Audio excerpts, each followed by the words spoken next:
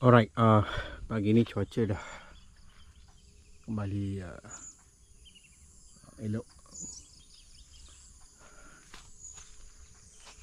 Alright, so kita akan buat semburan humid K super. Inilah humid acid. Alright, ini kandungannya. Boleh baca sendiri. Alright, kita akan buat penyiraman di fasa 1. Masukkan di dalam 20 liter air. Sukatannya adalah 50 gram saja. Alright, kita akan sukat dan bancuh. Okay, kita dah sukat lebih kurang dalam 50 gram. Alright, dan kita akan bancuh.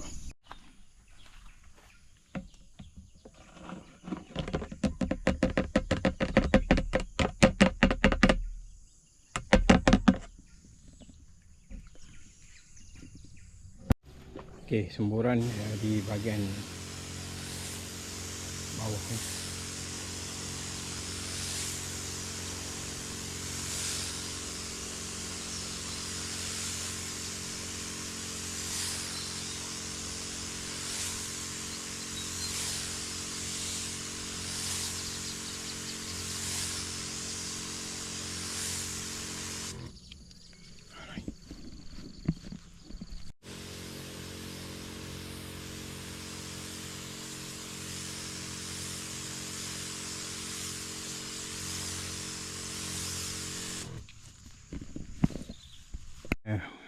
Saking yang kita tidak tanam di atas busuk, direct terus ke tanah.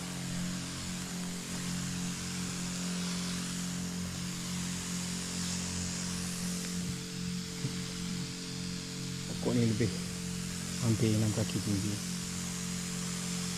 Okay, kita buat siraman di bawah.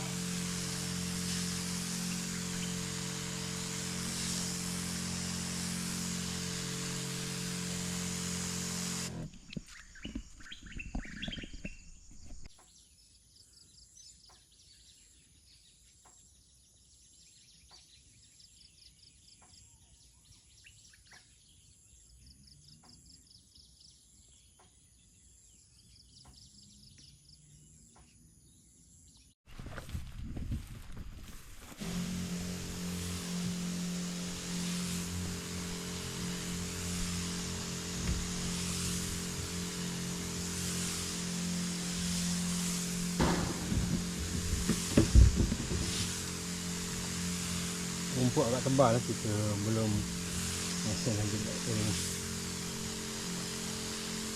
hujan ni setiap hari di grip, jadi